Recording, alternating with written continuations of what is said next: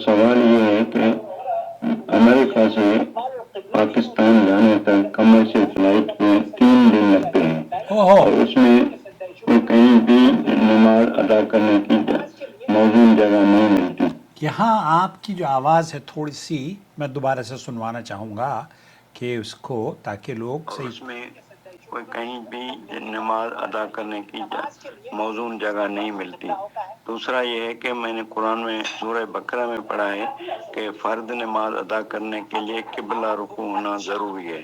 तीसरा ये है कि टाइम बदलता रहता है, उसका भी इल्म नहीं हो रहता कि कौन सा है, तो फिर ये नमाज कैसे अदा करें। मेहरबानी करके तफसीली जवाब फरमाएं।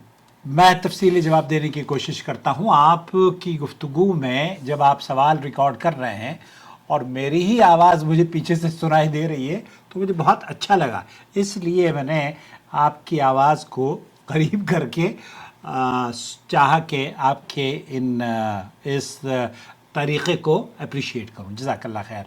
चैनल से जुड़ने वालों का ये बड़ा ताउन है कि आप हमारी वीडियोस देखते हैं और फिर हमें अपने सवालात भेजते हैं।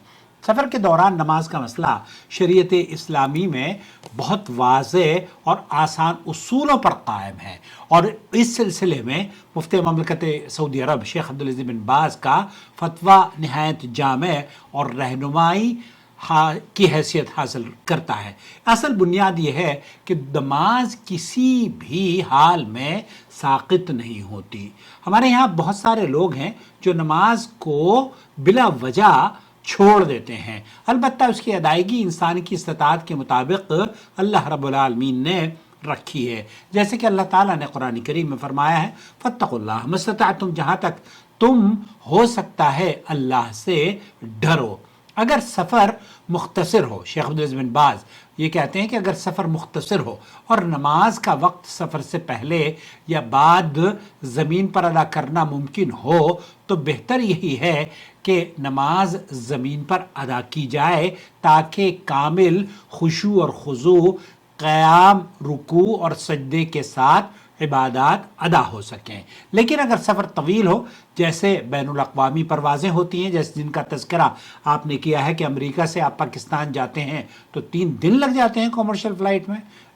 मैं वल्लाही मैं पहले बहुत हैरत की बात है कि इस कदर बेचैनी 3 दिनों में मुसाफिरों को ये बर्दाश्त करनी पड़ी होगी, मशक्क़तें बर्दाश्त करनी होती होंगी। अल्लाह ताला इनके सफ़रों में आसानियाँ फरमाए। बहरहाल तो शेख ही फरमाते हैं कि जिनमें वक्त के अंदर ज़मीन पर नमाज अदा करना मुमकिन ही नहीं हो।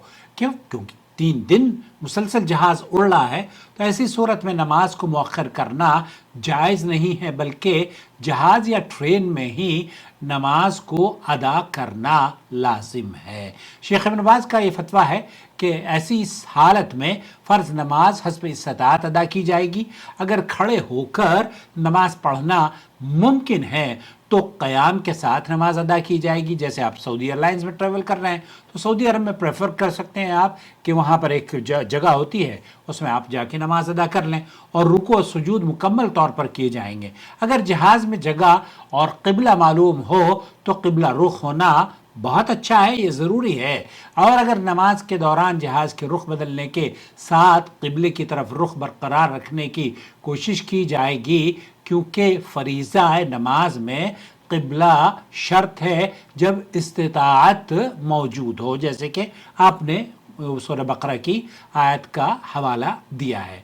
अब अगर खड़े होने की ताकत ना हो या ख़तरा हो कि तवाज़ुन बरकरार नहीं रहेगा तो ऐसी सूरत में बैठकर नमाज अदा करना जायज़ है। और अगर रुकू और सुजूद इशारे से किए जाएंगे तब भी सजदे में, जिसमें सजदे का झुकाव रुकू से थोड़ा सा ज़्यादा, रुकू में थोड़ा ऐसे झुक गए और सजदे में थोड़ा सा, जितनी आपकी इस्तिताअत हो, जितनी आपकी आप आसानी से कर सकते हो। ऐसा भी ना हो कि आप किसी को तकलीफ़ पहुंचाएं, तो सजदे का जो झुकाव हो वो रुकू से कदर थोड़ा सा ज़्यादा रखें। उस पर दलील भी यही उसूल है कि शरीयत ने तकलीफ़ और मशक्क़त को दूर किया है और इबादत को इंसान की ताकत से मशरूत किया है।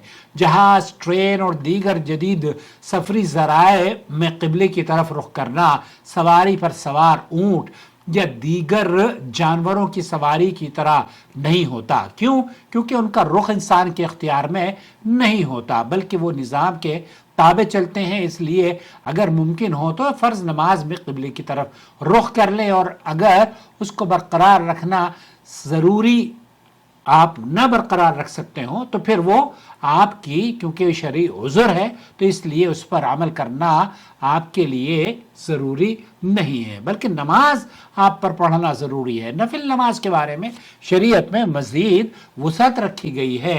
نبی کریم صلی اللہ علیہ وسلم سے ثابت ہے کہ آپ علیہ الصلوۃ والسلام سفر کی حالت میں سواری پر نفل نماز ادا فرماتے تھے، اور جس سمت سواری چلتی تھی اسی طرف رخ آپ کا رہتا تھا. البتہ تکبیر تحریمہ کے وقت قبلے کی طرف رخ کرنا ممکن ہو تو کیا جاتا ہے اور کیا جانا چاہیے. اسی بنیاد پر نفل نماز میں جہاز یا ٹرین میں اگر قبلے کی پابندی میں دشواری ہو تو سہولت دی گئی ہے کہ جس طرف رخ ہو اسی طرف نفل کی ادائیگی کی جا سکتی ہے. اگرچہ اہل علم نے یہ بھی ذکر کیا ہے کہ اگر نفل نماز میں بھی قبلے کی طرف رخ کرنا ممکن ہو اور مشقت نہ ہو تو افضل اور زیادہ بہتر یہی ہے، کیونکہ اس میں اختلاف سے بچاؤ اور احتیاط کا پہلو موجود ہے. اسی طرح دوران سفر جھٹکوں اور حرکت کی صورت میں اگر قیام ممکن ہو تو قیام کے ساتھ نماز ادا کی جائے گی، اور اگر کھڑے ہونے میں دشواری ہو تو شیخ ابن باز یہ کہتے ہیں کہ بیٹھ کر، لیٹ کر یا اشاروں سے نماز ادا کرنا شرعاً جائز ہے. کیوں؟ کیونکہ اصل قاعدہ یہی ہے کہ فاتقوا اللہ ما استطعتم، یعنی ہر عبادت استطاعت کے مطابق کی جائے گی. خلاصہ کلام یہ ہوا کہ سفر خواہ کتنا ہی طویل اور پیچیدہ کیوں نہ ہو، نماز کسی صورت میں معاف نہیں ہے، بلکہ اس کی ادائیگی کے طریقوں میں وسعت اور راحت یا آسانی رکھی گئی ہے. فرض نماز میں قبلہ، قیام اور رکوع اور سجود کی استطاعت کا لحاظ رکھا جائے گا، جبکہ نفل نماز میں مزید آسانی دی گئی ہے. یہ توازن ہے جو شریعت اسلامیہ کو ہر زمانے اور ہر حال کے لیے قابل عمل اور آسان بناتا ہے. مجھے امید وضاحت ہو گئی ہوگی کہ آپ کو نماز جب آپ جہاز میں پڑھنا چاہتے ہوں یا پڑھنا چاہتی ہوں تو وضو کر لیں، اور وضو کرنے کے بعد آپ مسح بھی کر سکتے ہیں، موضوع پر مسح کر لیں. اور اسی طریقے سے اگر سفر سے پہلے آپ دو نمازوں کو جمع کرنا چاہیں، جیسے کہ کل ایک صاحب کا فون آیا میرے پاس، ان کی 3 بجے کی فلائٹ ہے پاکستان کی، اب وہ مکہ سے ٹریول کر رہے ہیں، جدہ آئیں گے. تو میں نے کہا 3 بجے آپ فجر نہیں پڑھ سکتے، آپ فجر جب پہنچ جائیں گے وہاں پر اتر کر آپ پڑھ لیجیے گا.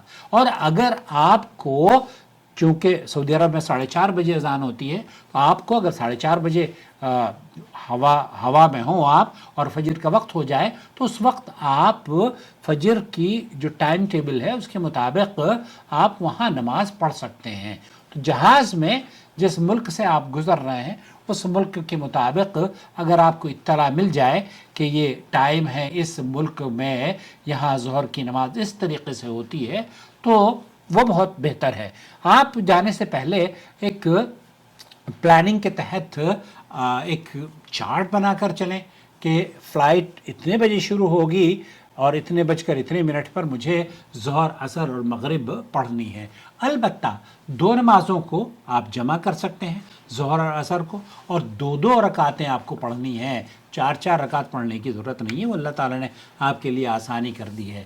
اور مغرب کی 3 اور عشاء کی 2 رکعت. وطر اللہ کے رسول ہمیشہ پڑھا کرتے تھے، تو اس لیے وطر کی نماز 1 رکعت آپ پڑھ لیجئے، اور سیٹ پر ہی بیٹھ کر آپ سکون اور اطمینان سے نماز ادا کر سکتے ہیں. امید وضاحت ہو گئی ہوگی.